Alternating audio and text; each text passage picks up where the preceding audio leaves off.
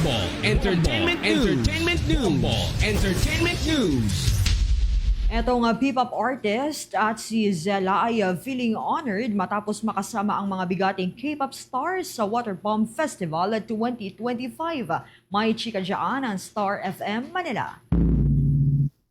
Star-studded ang naging line-up ng Waterbomb Festival 2025 kung saan naitampok nga ang P-pop boy group na Believe at ang P-pop soloist na si Zella.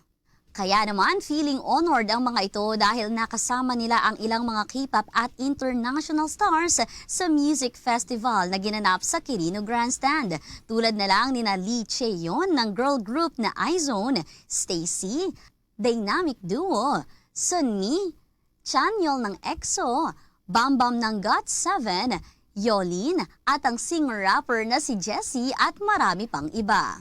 Samantala, sa pahayag ng P-pop artists, inamin nila na grateful sila sa oportunidad na mairepresenta ang Filipino talent. Big event po ito and I'm very honored po. Sobrang thankful po kami since it's our first time and it's the first Waterbomb na ginanap sa Philippines. It's an honor to be invited. Matatandaan naman na kasama ang Believe at si Zella sa successful na The Mall Show 1 ng Star FM Manila noong August 31, 2024.